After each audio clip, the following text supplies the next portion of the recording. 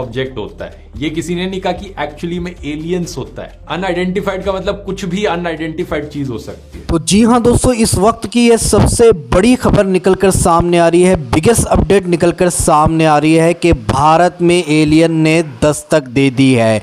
जी हाँ, आपने सही सुना है, भारत के अंदर एलियन ने दस्तक दे दी है। जी हाँ दोस्तों, आपको बताता हुआ चलो कि राजस्थान के अंदर एलियन हमें और आपको देखने को मिला है, और वो जिस चीज़ में बैठकर आए हैं वो भी देखने को मिला है। जी हाँ दोस्तों, इस वक्त सोशल मीडिया पर काफ़ी वीडियो वायरल हो रहे हैं। एक एक करके हम आप लोगों को वीडियो क्लिप दिखाएंगे और इस पूरे मामले को लेकर ध्रुव राठी ने क्या कहा है, ध्रुव राठी की भी आप लोगों को पूरी वीडियो क्लिप दिखाएंगे। लेकिन वीडियो दिखाने से पहले आप सभी से रिक्वेस्ट करना चाहेंगे, अगर आप लोगों ने हमारे इस चैनल को सब्सक्राइब नहीं किया है तो इस चैनल को सब्सक्राइब ज़रूर कीजिए, बेल आइकन को दबाइए ताकि आने वाली हर वीडियो की नोटिफिकेशन आपको मिल सके। तो आइए दोस्तों, सबसे पहले हम एक एक करके ये वीडियो क्लिप देखते हैं, फिर आगे हम आकर आपसे बात करते हैं। कुछ वीडियोस वायरल हो रहे हैं जिसमें दावा किया जा रहा है कि राजस्थान के किसी गांव में एलियंस उतर चुके हैं। इस वायरल वीडियो में कुछ वीडियोस और भी दिखाए जा रहे हैं जिनमें दिख रहा है कि एलियन यान से कुछ एलियन जैसी आकृति उतरती हुई दिखाई दे रही है। वहीं कुछ वीडियोस एलियन यान के क्रैश होने के भी वायरल हो रहे हैं।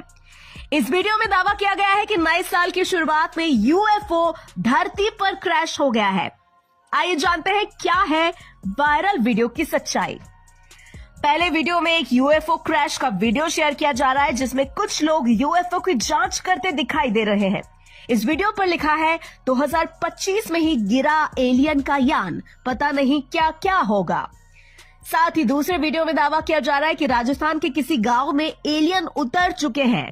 इनमें एक वीडियो भी दिखाया जा रहा है जिसमें एलियन यान जैसे दिखने वाले यान से कुछ एलियन जैसी आकृति उतरती हुई दिखाई दे रही है।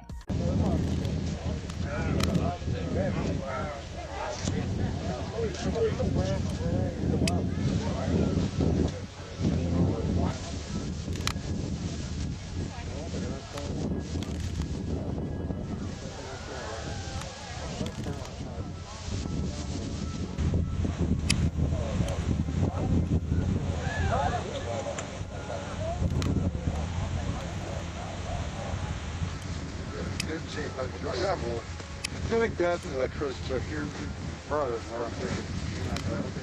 Let's bring up that. All right. Airplanes की साइटिंग्स को देखोगे, आमतौर पर जो एरोप्लेन्स होते हैं पैसेंजर एयरक्राफ्ट, वो 10,000 से लेकर 12,000 मीटर की हाइट तक उड़ते हैं।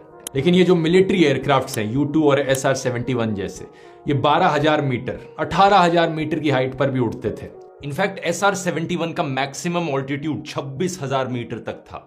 इनकी टेस्टिंग आमतौर पर करी जाती थी सनसेट के टाइम से कुछ देर पहले। अब खुद ही आप सोचकर देखो दोस्तों, जब ये इतने अजीब से दिखने वाले एयरक्राफ्ट्स इतनी हाइट पर उड़ेंगे और वहां दूर सूरज भी ढलने लग रहा है तो उसकी रेज आकर इस पर चमकती हुई दिखेंगी, ऐसा लगेगा कि ये चमकने लग रहा है। और इतनी स्पीड से उड़ेंगे तो किसे नहीं लगेगा कि ये एक्चुअली में एलियन यूएफओ है। ज्यादातर यूएफओ साइटिंग्स में एक्चुअली में यही होता है, मिलिट्री के ड्रोन्स, मिलिट्री के डीकॉय फ्लेयर्स या फिर कोई भी अननोन एयर इंफ्रास्ट्रक्चर जो मिलिट्री ने बनाया है उसे लोग गलती से मान बैठते हैं कि ये यूएफओ है। यूएफओ शब्द का मतलब भी वैसे अनआइडेंटिफाइड फ्लाइंग ऑब्जेक्ट होता है। ये किसी ने नहीं कहा कि एक्चुअली में एलियंस होता है। अनआइडेंटिफाइड का मतलब कुछ भी अनआइडेंटिफाइड चीज हो सकती है। और क्योंकि एरिया 51 के अंदर और उसके आसपास ही इन सारे स्पाई प्लेन्स की टेस्टिंग करी गई तो जाहिर सी बात है कि इसे क्यों एसोसिएट कर लिया गया एलियंस से। यूएस एयरफोर्स की प्रोजेक्ट ब्लू बुक ने कई यूएफओ साइटिंग्स को इन्वेस्टिगेट किया था। जहां जहां लोगों ने क्लेम किया था कि यूएफओ उन्होंने देखा था, उन्होंने टाइम नोट किया और अपने खुद के फ्लाइट रिकॉर्ड से चेक किया।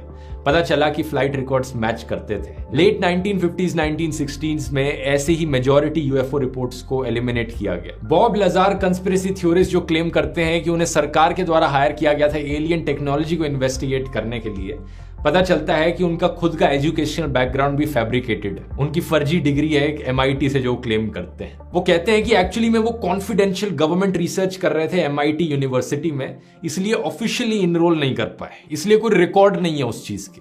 लेकिन क्लेम करते हैं कि भाई MIT से पढ़ाई करी। ये तो वही बात हो गई कि मैं भी कह दूं कि मैंने अंडर कवर रहकर सरकार के लिए काम किया था, IIT में रिसर्च करी थी, इसलिए मैंने IIT से पढ़ाई करी है। लेकिन आपको कोई IIT का रिकॉर्ड नहीं मिलेगा मेरे नाम से, क्योंकि ऑफिशियल रिकॉर्ड नहीं है। समझ रहे हो ना? बॉब लजार ने क्लेम किया था कि एलियन स्पेसक्राफ्ट को एलिमेंट 115 के द्वारा पावर किया जाता था, जिसकी मदद से अपनी खुद की ग्रेविटी क्रिएट कर सकता था वो alien spacecraft. Element 115 is a super heavy element, but it's a unique element. When it's exposed to radiation, it produces its own gravitational field, its own anti-gravitational field, and it's what's used to lift and propel the craft and create distortions around it. भाई आपका knowledge तो कमाल का है भाई का। लेकिन कई साल बाद जाकर 2003 में रशियन साइंटिस्ट ने एक्चुअली में इस एलिमेंट का आविष्कार किया।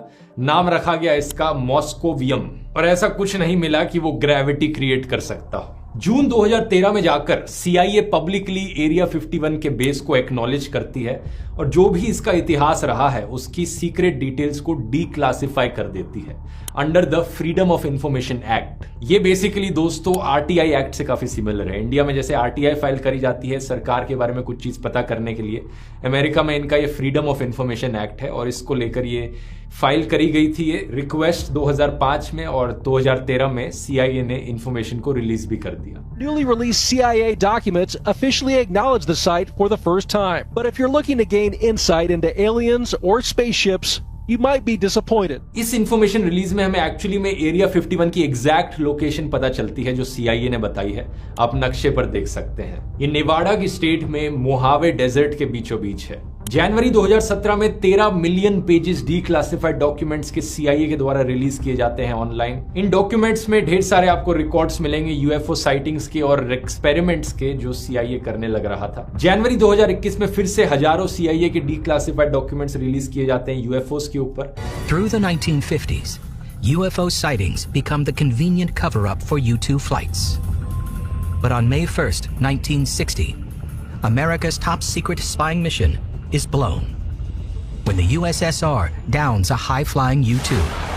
और इस बारी एजेंसी का कहना है कि जितना भी रिकॉर्ड था इनके पास UFOs के ऊपर अब सब पब्लिक के सामने मौजूद है। कुछ रिपोर्ट्स इसमें काफी इंटरेस्टिंग थी। मिस्टीरियस एक्सप्लोजन्स देखे गए थे रशियन शहर के ऊपर। एक फर्स्ट हैंड अकाउंट था एक अजीबोगरीब चीज का, एक अजीबोगरीब फ्लाइंग ऑब्जेक्ट जो अजरबैजान की राजधानी बाकू के ऊपर देखा गया था। US गवर्नमेंट लेकिन आज के दिन इन्हें UFOs नहीं बुलाती क्योंकि UFOs एलियन से काफी ज्यादा एसोसिएटेड हो गए हैं, बल्कि US सरकार अब शब्द यूज करती है UAP यानी अनआइडेंटिफाइड एरियल फिनोमेना। दिसंबर 2020 में US पार्लियामेंट ने जब कोरोना वायरस का स्टिमुलस रिलीज किया था, सेम टाइम पर पार्लियामेंट ने नेशनल इंटेलिजेंस और सेक्रेटरी ऑफ डिफेंस को कहा था कि UAPs के ऊपर तुम्हारी जो भी रिपोर्ट है वो जनता के सामने रिलीज करो। अब कंस्पिरेसी थ्योरिस्ट के पास कोई आर्गुमेंट बचता नहीं है वैसे यहाँ पर, क्योंकि US की सरकार खुद ही मांग कर रही है कि ये जो भी UFOs UAPs के ऊपर डेटा है ये सब रिलीज करो। अप्रैल 2020 में 3 वीडियोस रिलीज किए जाते हैं पेंटागन के द्वारा, जब US डिपार्टमेंट एक्चुअली नॉलेज करता है कि ये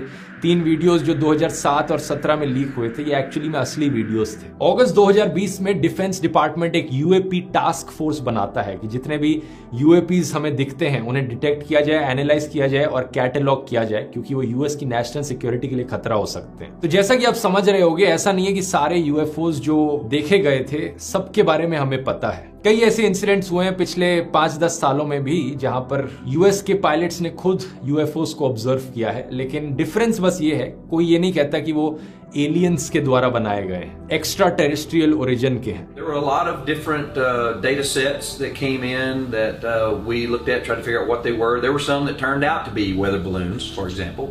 In fact, there were several, but there were many that there is not enough data and sensor data. When we had a lot of sensor data on some of them, that we couldn't determine what they are. माना यह जाता है कि ये UFOs किसी highly classified programme का हिस्सा है जिस पर किसी देश की सरकार की कोई एजेंसी काम करने लग रही है। आज के दिन भी एरिया 51 एक ऐसा ही एरिया है जहां पर कॉन्स्टेंटली नेक्स्ट जनरेशन एयरक्राफ्ट्स की टेस्टिंग करी जाती है। आज के दिन एरिया 51 एक ग्लोबल सेंसेशन बन चुका है, ना सिर्फ अमेरिकन के लिए बल्कि दुनिया भर के लोगों के लिए, और अमेरिकन स्टेट नेवाडा के लिए बहुत अच्छा टूरिज्म का भी एक जरिया बन चुका है। साल 1996 में जो नेवाडा की स्टेट थी उन्होंने अपने हाईवे को रीनेम कर दिया था as the extraterrestrial highway. उन्होंने सोचा अगर लोग आना ही चाहते हैं इस कंस्पिरेसी थ्योरीज में यकीन करके इस जगह पर, तो तो आए, हम इसका फायदा उठाते हैं टूरिज्म के लिए। बस एक चीज है, कभी आप इसके पास जाओ तो एरिया 51 के अंदर मत जाना, ट्रेसपास मत करना, क्योंकि अभी भी वो एक मिलिट्री की फैसिलिटी है। वहां जाओगे तो वो आपको अरेस्ट कर लेंगे।